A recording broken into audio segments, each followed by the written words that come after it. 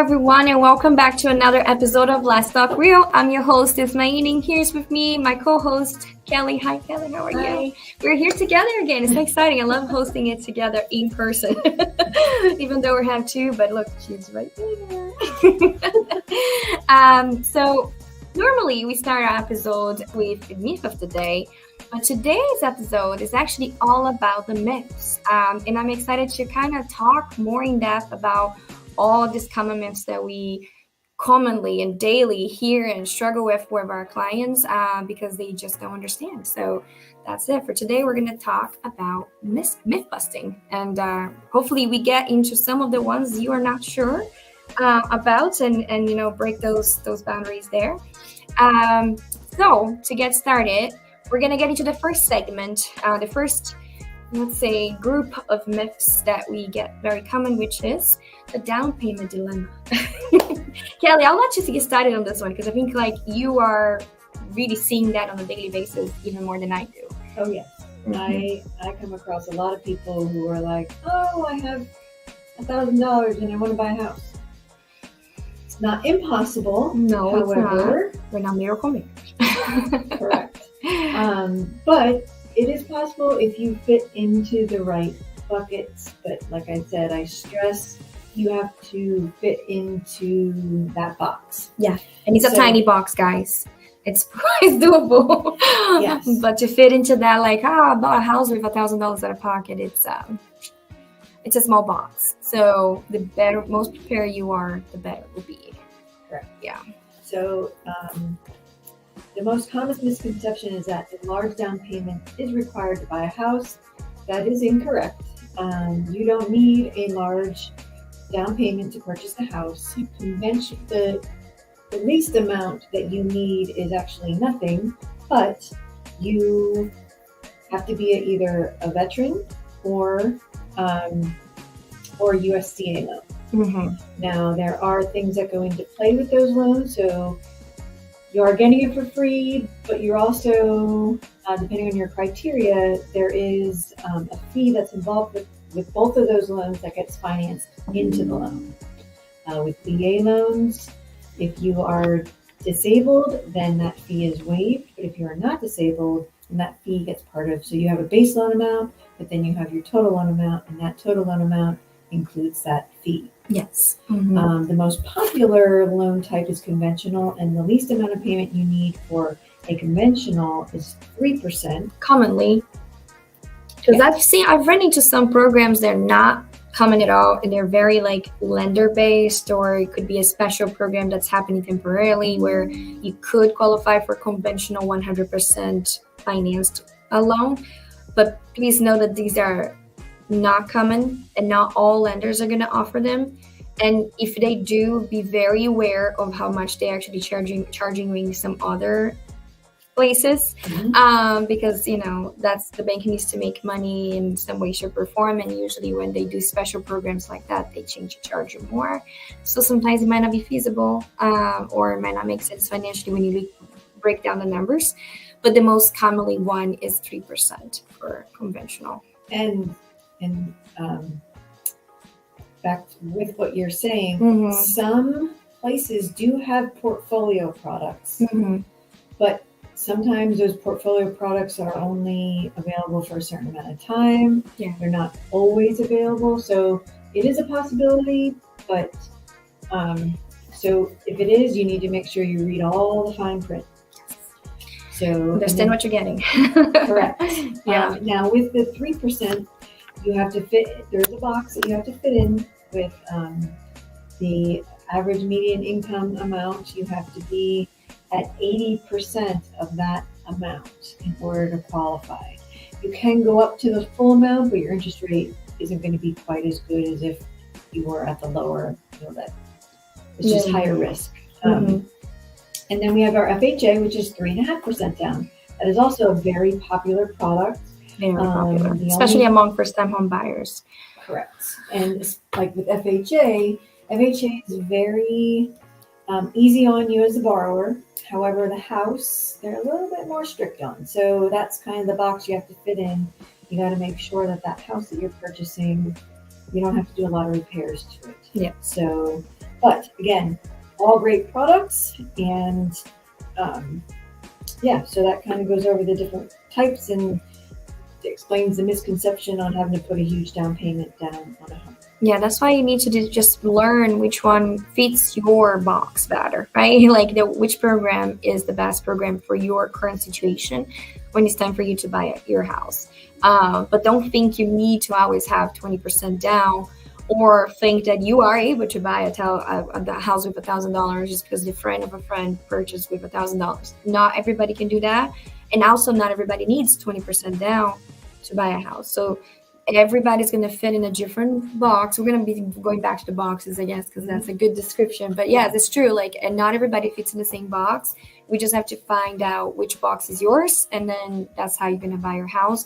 The more prepared you are, the better it is always. So, saving is always our biggest advice, because you're going to feel more prepared and not stress as much when purchasing a home. But don't think you need to have an abundance of money to purchase, because we can help you. If you are able to fit in those boxes, we can help you get it for the least amount out of pocket. But you do have to come to us and figure it out, and so we can help you prepare, if not now, for later. And I'm going to give two examples.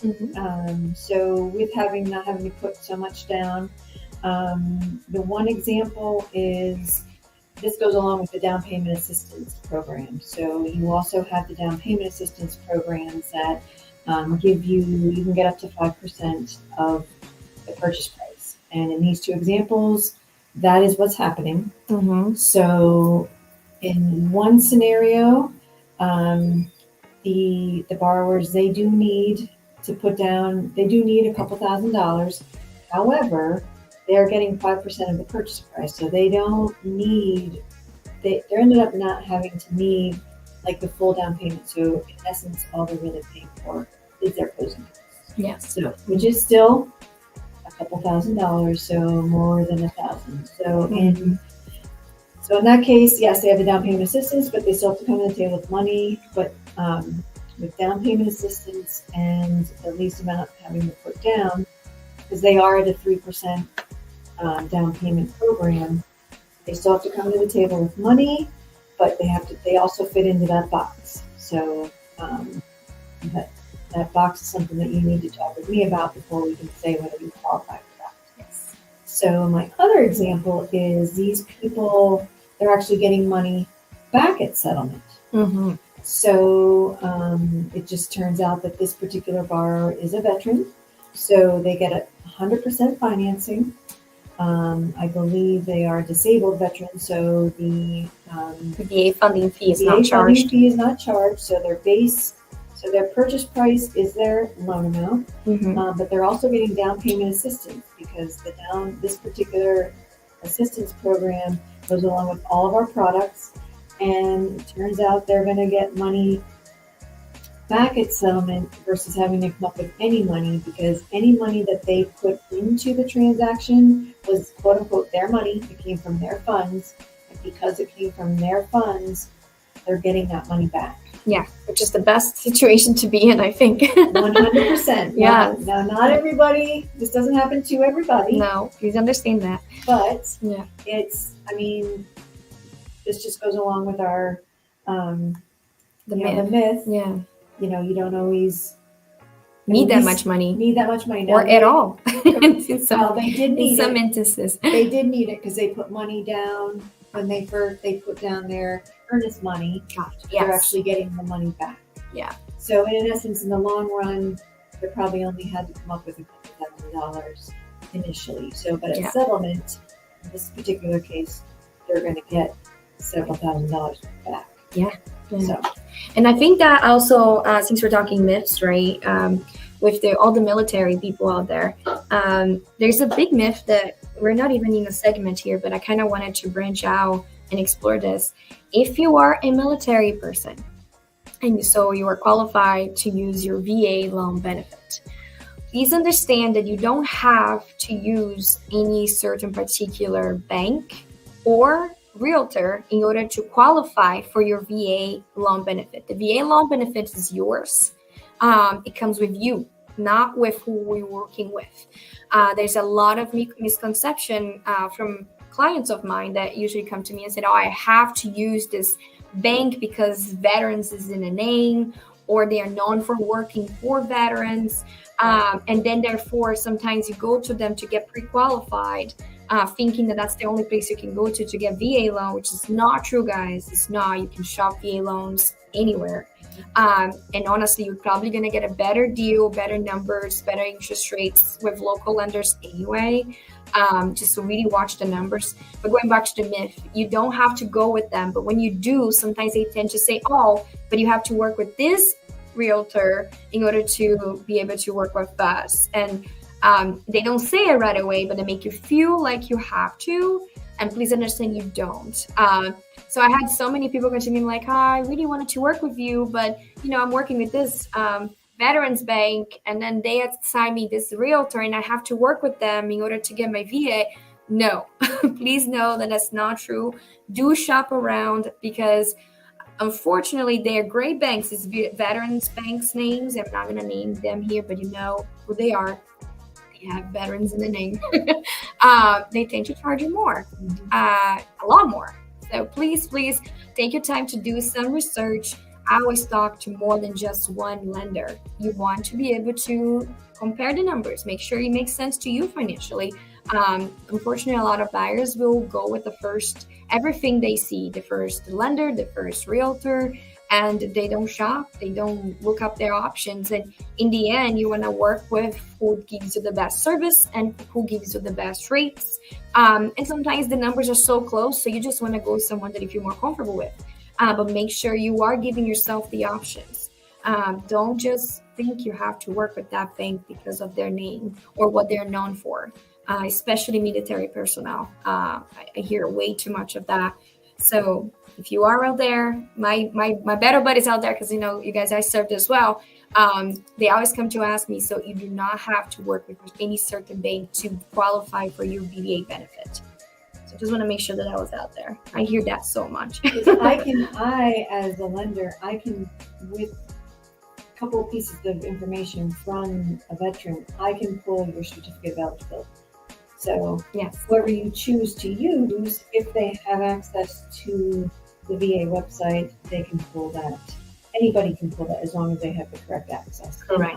Me as a lender, I have that. A lot of banks have that. I know other lenders have that as well. So yeah.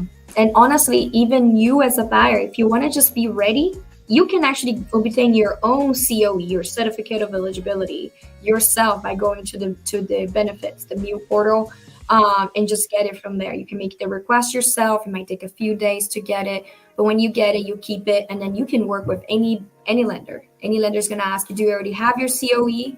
Your certificate of eligibility, and then you say, yes, I already have it. So it really doesn't matter. You can work with any bank that, and honestly, every bank out there that I've never seen a bank that doesn't work VA loans. To be honest, I think all of them do. You just want to make sure you're getting the best option for you. And if you need to ask some questions, Kelly, okay, that's cool. Kelly's here and she can definitely help you. So just wanted to breach the wall there, because there's so many people that have already come to me with that concern when it comes to VA and military benefits. So I guess we are ready to go maybe into the second segment. A lot of people have this debate: should I go through 30 years? Should I go 15 years? What's the best option for me? And the best person is right here by my side. She will probably be able to clarify what does it entail 15 and 30. Why should you do one or the other, and when is best or not to do it? So yeah, so the difference between a 15-year and a 30-year all depends, and what the right decision is depends on you as a borrower. 15-year loan, your interest rates are a little better.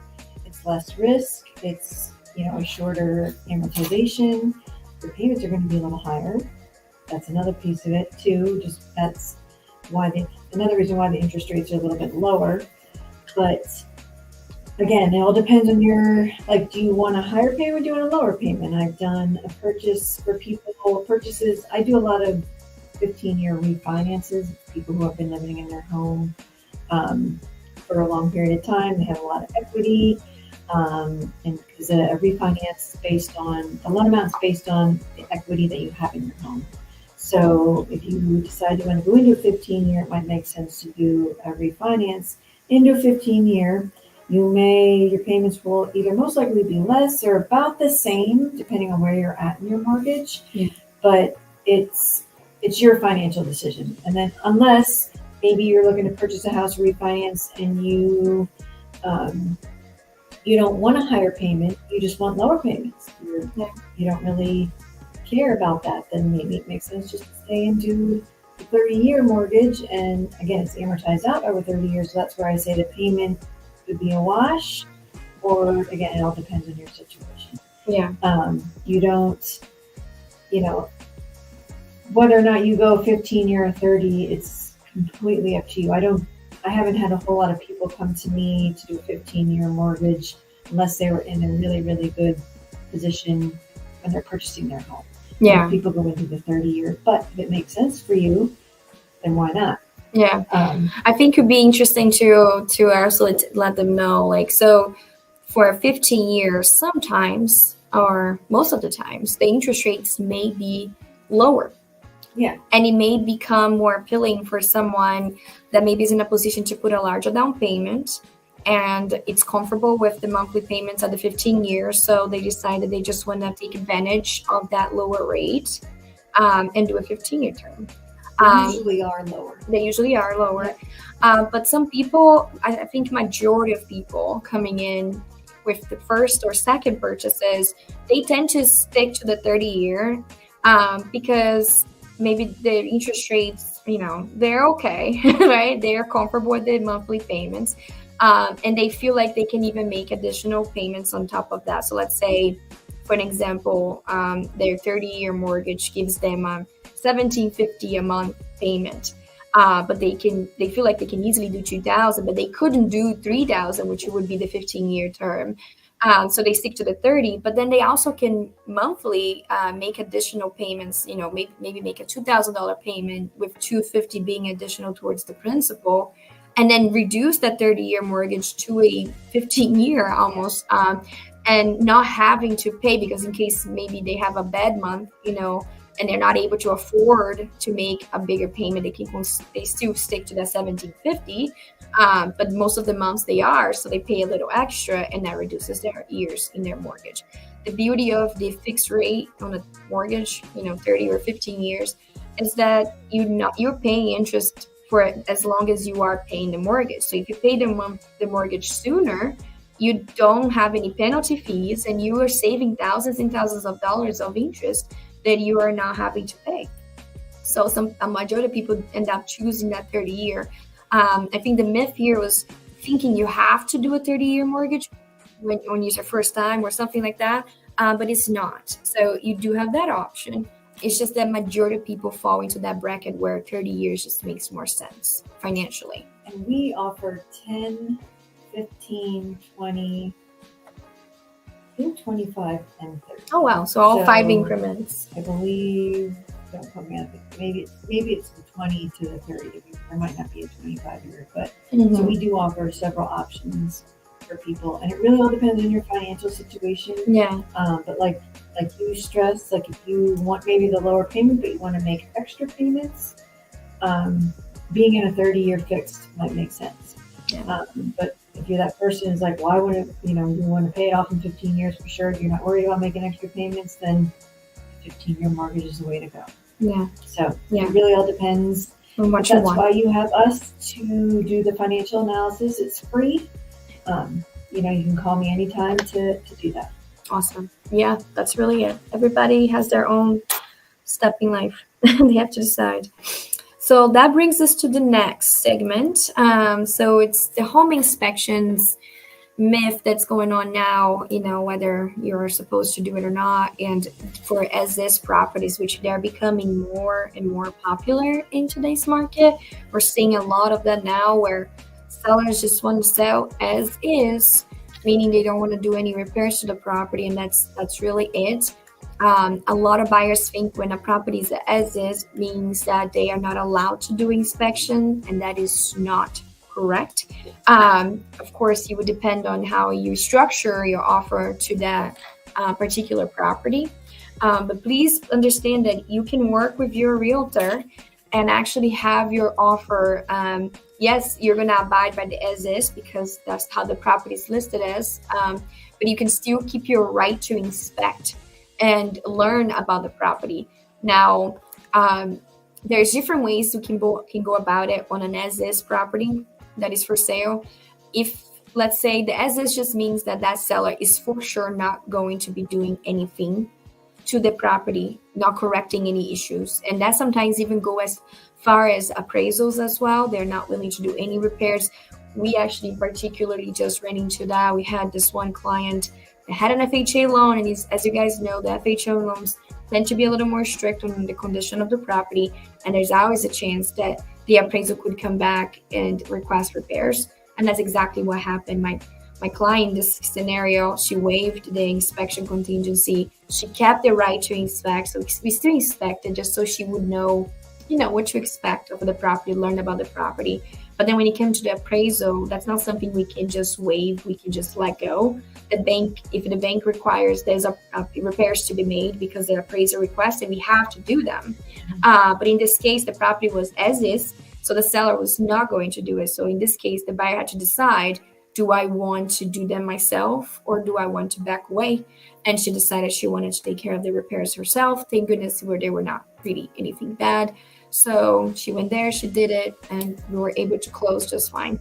Yeah. So understand that just because you have an FHA VA loan doesn't mean you cannot buy a house as is, but you do have to understand the liability and the possible, situations you might encounter yourself in, like having to do the repairs yourself prior closing it at your own cost. So that's something you might run into. And then going back to the inspections. So yes, you can do inspections, but you have to make sure that you're putting on your contract. Either you can make your offer contingent on inspections, meaning you're going to tell the seller, yes, I understand you're not doing repairs, but my offer is contingent upon me inspecting that property and making sure I'm comfortable with the results I'm finding. You're not just saying, I'm doing inspections because I want you to fix something. You can have that option of making it contingent. And then if you do find something that is, wow, this is way too much, I don't want to do this, you can back out of the property of that transaction and get your deposit back. Now you have the second option where you are not making the offer contingent on inspections, meaning you're going all in despite of what you find on that report, but you're keeping the right to inspect. And that's what we did with this client that I mentioned prior. So she's like, well, I'm not making my offer contingent, meaning I cannot back out if something comes back from the inspections, but I am going to do the inspection still. So I learn about the house and I know what is wrong and not with the property. So that's an option as well. Or you can just not do inspections at all and not do anything contingent on anything. That's the riskier of the three options. Not recommended. It's not recommended. I feel like even if you're not making it contingent, it's still smart to do an inspection because the inspection goes above and beyond of just letting you know, hey, this is what's wrong. But it also teaches you about the property, how to properly maintain it. What are some things that maybe were not maintained that you should come in and step right into it, maybe focus on those little things to avoid that you become a problem eventually. So it's a very instructional, a very educational part of the process that I would say if you are okay doing it, I recommend highly to be done, despite whether the property is being sold as is or not. Now, there's the other side of things where we're in a very, very competitive market. And that's tough. Very tough. Yeah, and that's why we're seeing so many of the sellers are saying I'm selling as is because they know they can. It's a seller's market. They have more than one buyer per house. So it just becomes easier for them to say, I just want to sell as is. So you might find yourself having to compete with other offers as a buyer, and that is a tough spot to be in. So it really comes down to how comfortable you are with the property you're trying to buy. And I always tell my client, if you feel like what you see you're comfortable with, even not knowing, then yes, go ahead and waive it. Or if you don't feel comfortable because maybe it's an older home, don't waive it. it really comes down to how comfortable that client is. My recommendation is always to do it regardless, but that could jeopardize the offer beating, portion. So it's tough. It's a tough market to be in for sure as a buyer. It is. And some people are having an inspection done after they purchase it. Yeah. Which is a good idea Mhm. if you're someone who is in a good position in case they find something Yeah, wrong. you can repair it. Then you can repair it right away, and then you actually get that education on the home.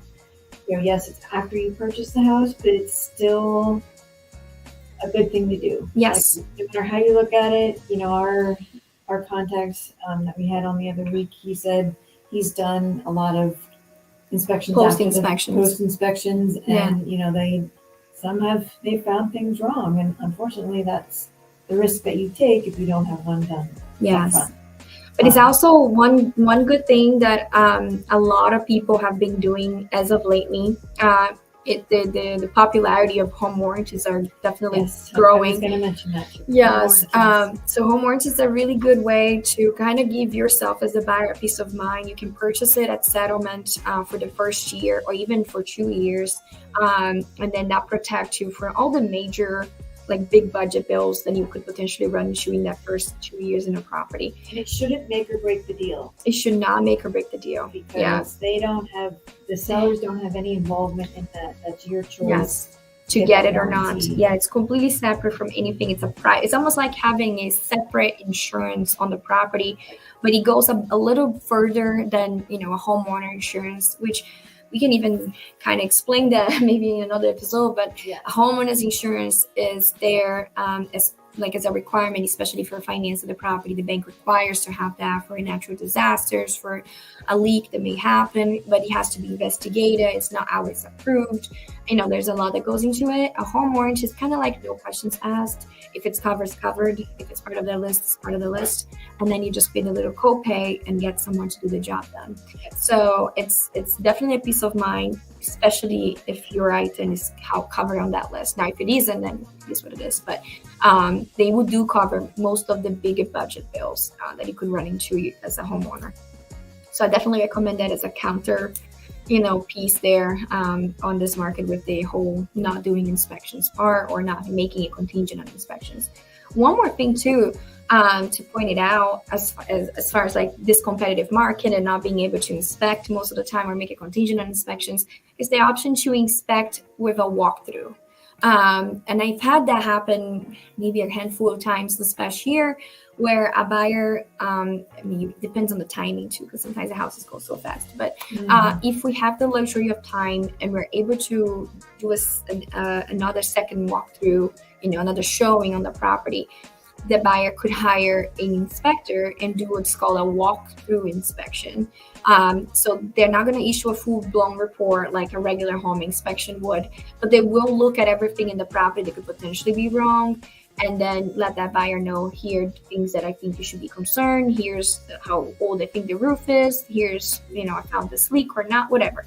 So you do that during the walkthrough, and then that buyer feels a little more comfortable, about putting an offer and waiving everything because they already know what to expect, right? They already did that walkthrough inspection. So that is an option. It's usually a little cheaper than a home inspection, a full-blown home inspection. And I know a couple different inspectors that offer that service. So if you find yourself in a position where you are competing and you don't have the luxury of doing inspections, a full-blown home inspection afterwards, or you don't want to compete that way, you can do that walkthrough inspection as well. Alrighty, so next segment is busting the house flipping fantasy. So this one we had a couple of things that we kind of wanted to talk about because I feel like a lot of people are watching HGTV and they have this very fantasized idea that anybody can buy a home and flip a home, and it's super easy. You don't need money, you don't need anything, and please understand that there's a lot that goes into purchasing your home, and a lot of this fantasized, buying and flipping or wholesaling, there's a lot of eyes on it right now, The laws are getting a little stricter. It had been getting stricter, but now they're getting really, really strict because of the popularity of it. So just make sure you educate yourself before you get into this realm, because you could be doing something illegal without even realizing it. The whole assignment of contract is really becoming a thing. Like people are getting in trouble, getting fines, or even worse.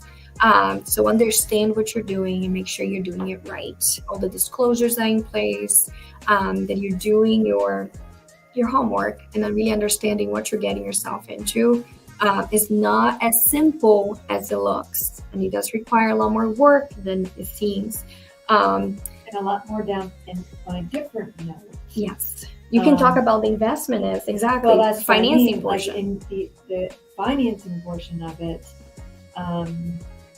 when we market, because it's an investment, depending on how many units, you need a significant down payment. Yeah. And we're talking, in this case, we are talking 20, 25, sometimes 15, depending on the situation. Depending on how many units and the loan product and you as a borrower. If you're a first-time home buyer, and you're looking to buy like a 2-unit, we do have a product. So FHA, you can be 3.5% down. If you go FHA, if the house is approved FHA, if you feel like it's a good fit, but you as a realtor, meaning Nini as a realtor, would know going into that property if it's an FHA eligible or not. Yeah. And we do have another one on our Freddie side. You have to be living in. It's only for a 2-unit, but you as a borrower have to be living in the one side, and the minimum down payment is 5%. Now our other first-time home buyer conventional product is 15%. So you have to also fit into the box. So if you're going to be getting rental income, we have to include that in with the income, which might bump you out of the first-time home buyer product, because you have to be at 80% of the average median income for the area where you're purchasing. Mm-hmm. So this is where there's lots of rules and regulations when buying an investment property. Yes. Now, you mentioned being a first-time home buyer. Please understand that if you are planning on using a regular, residential loan like FHA, VA also allows it. You can buy up to 4 units but you have to be living in one of the units in order to benefit from this, low down payment programs. But if you are I already have my house and I'm buying an investment home, that's going to be 25% down. Period. Yeah. Or a regular conventional 20%. Usually they do require more. 25. Yeah. There you go, guys, your answer. So just understand that that's the case. Now, yes, you can be creative financing. You can try to get the seller to be your financing. But trust me, in this market, it's very, very, very rare to see a seller that this is a house for sale and is willing to accept seller financing as an option. So that's 0.01% of the 100% there. So just understand it's not as likely unless you're doing off-market deals and they're going directly to a seller that is in a bad situation, blah blah. So you can definitely get creative, but it's not easy. That's when you have to hustle. You have to knock on doors and talk to people that are even considering that as an option or not. Or you may be working with a private money lender, but understand those interests are tremendously high. Sometimes it's better to go to a bank than it is to go to that, because you're paying 16%, 18%, when the bank is not charging you nearly as much, but they will require a bigger down payment, so you kind of can toss it up. So understand the options available to you. Understand that it's not as simple as it looks. Understand that the whole wholesale thing, please be very, very careful with that, because they are really knocking those down. If you don't have the intention to buy and you're putting a house on the contract saying you're buying, that's illegal. Just so you guys know, the whole assignment, I'll assign your contract to another cash buyer that's actually going to flip. If you're not having full disclosure, if you don't have a track record of disclosing that to the person you're buying from, specifically telling them, hey, I am not buying your house. I'm putting your house in a contract so I can sell this contract to another person. If you're not disclosing that, and that's a tough conversation to have, and I know a lot of people don't have that, they say, hey, I'll buy your house cash, but they're not planning on buying it all. That's illegal. You can go to jail. So please be aware of that and understand. I've had a few investors come to me to chat about this, and I explained to them, like, please be aware, because this is what you're learning. And there's so many classes about wholesaling online, and it's like big names out there. Those things are illegal in Pennsylvania specifically. So if you're doing that here, understand the disclosure. It's a key word when you're dealing with those situations. Just so you guys understand, scratch the surface there. Maybe one day I'll talk just about investing, and we can kind of break it down even further and go into the actual legality of things. But just understand that wholesaling is another whole ballgame that you really have to be very, very careful on what you're doing there. As a flipper, it's different because you're buying a house, you're flipping, you're selling, you're actually buying, so there's no concern there. But when you are wholesaling, there's a lot of red flags, a lot of no-goes there, so just be very, very careful. All right, do you have anything to add to that one? I really don't. I don't come across it too much, but it does make me nervous, though, when I have first-time home buyers be like, oh, well, I want to buy a 2-unit because I want to rent out the other half. And I'm like, and they don't understand. They have no idea what's involved in it. Yeah. None. Yeah. So that's really all I have run into. I mean, I've done a few investment properties like that, and just somebody buying an investment. Yeah. But that's really all I have come across. So I don't. You the wholesale part is actually that piece of it. You clearly know way more. But yes, those are laws that were put into place back in the 2008 market crash with people were doing that stuff illegally a lot. And there was no regulation about it back then. But there is now. But there's a lot now, and I think because it became so popular, that's why it's even more difficult. They're really closing those, loopholes that people were finding back then. It's still happening a lot. I mean, it's on TV, for God's sake, and people just don't understand. If you really look behind those big names that are doing this kind of businesses out there, you're going to find out that they already had multiple lawsuits that were involved with, because it's not necessarily, it wasn't something that was fully regularized, how do you say it? Like regulated back then, but now it's getting very, very much so, because there's so much understanding of what people are doing and became so popular. So now you have to be very, very careful. And again, I'll go back to disclosure. Disclosure can save you if that's your realm and if that's your business, you are a wholesaler out there. Understand disclosure is everything, and keeping record of that disclosure is very important. Making sure that everybody that you're working with knows that you are a wholesaler and what that means. And that means that you are not planning on buying that property. You are going to be assigning that contract to someone else. And if that seller is still okay with that and wants to proceed working with you, that's a different story, because now you disclosed. But if you are not disclosing, and if you are giving that person, that seller, even the small perception that you are intending to buy and you're not, that's when the big illegality comes in place. So that's all I wanted to put it out there on that one. For the next segment, it's the timing of the real estate. I think both Kelly and I get this one a lot. Is it now a good time to buy? When is a good time to buy? Is the market good? Can we buy now? When can I buy? Should I buy next year? Should I have bought it 2 years ago? Like, we get this kind of questions all the time. I'll give my 2 cents, and then Kelly can give her 2 cents on this one. I feel, and I say this to every buyer or client that come to me, the right time is when it's right for you, right? Because the market is forever ever evolving and changing, and we don't have a crystal ball to know exactly, this is the perfect time. You should wait until September 1st. Like, that doesn't exist. So if right now you need a house, and right now the finances are there, and right now the monthly payment makes sense, right now is the right time. Okay. Real estate is probably the best investment you ever make. And if you're not planning on taking loans out of it, or refinancing multiple times, you're probably going to be fine, because even if the market does go down a bit, you usually have some sort of down payment, or if you hold on to it, the inflation will do the work and you will build equity, that you're never going to find yourself really that crazy unless the market really crashes. And in that case, just hold on to it. You know what I mean? Like if you have a 2008 happen, which we're not foreseeing that, guys, please understand, we're not foreseeing that at all. But if for some reason that was to happen and the prices dropped by $100,000 from day to night, understand that if you hold on to it, nothing is lost. Okay, no money's lost. You still have your house, you still have your real estate. You as soon as you can make those payments, that's really all that matters. And then once the market bounces back up, you're probably gonna get your money back and plus.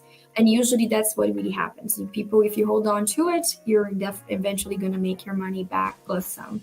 Because that's why real estate is the most looked for, investment by any person out there in the world, the rich people. And like all the billionaires and zillionaires out there, that's what they do. They invest in real estate because that's the most secure investment you can make.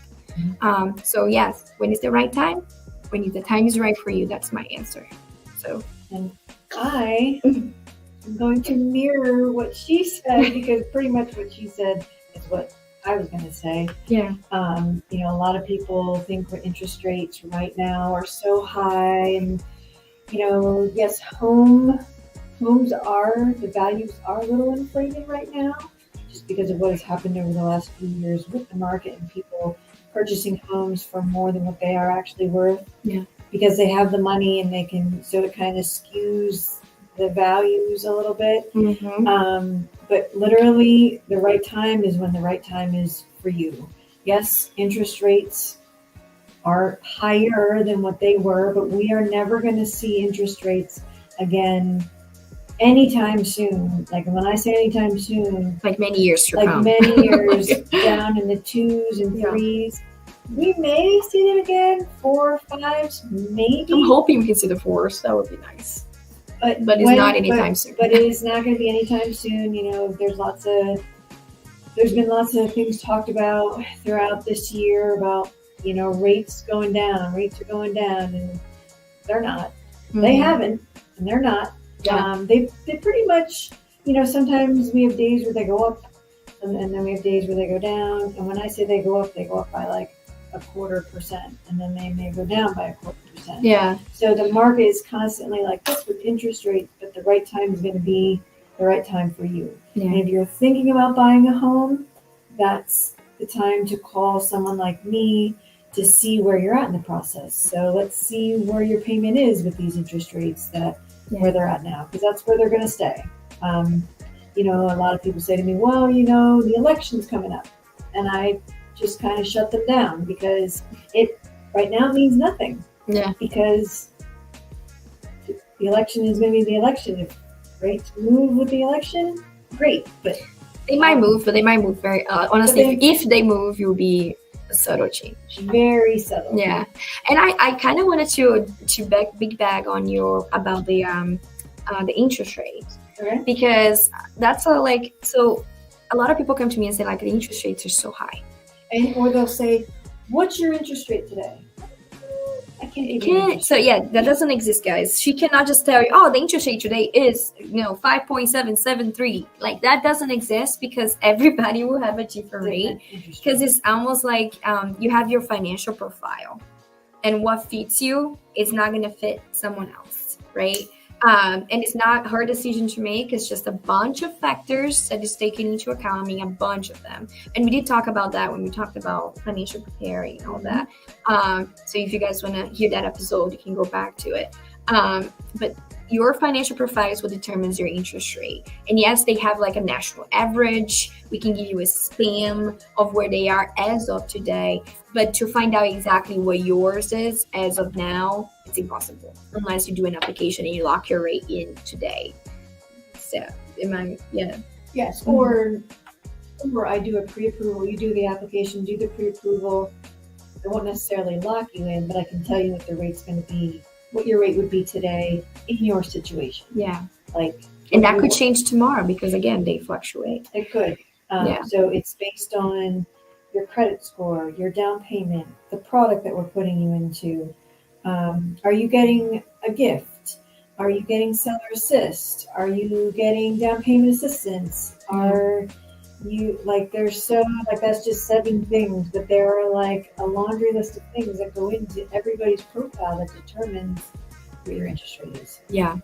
So, And going back to them being high, what a lot of people just don't understand is that before COVID happened, we were sitting probably on mid fours to high fours, like even low fives for some people. So let's say people forget that.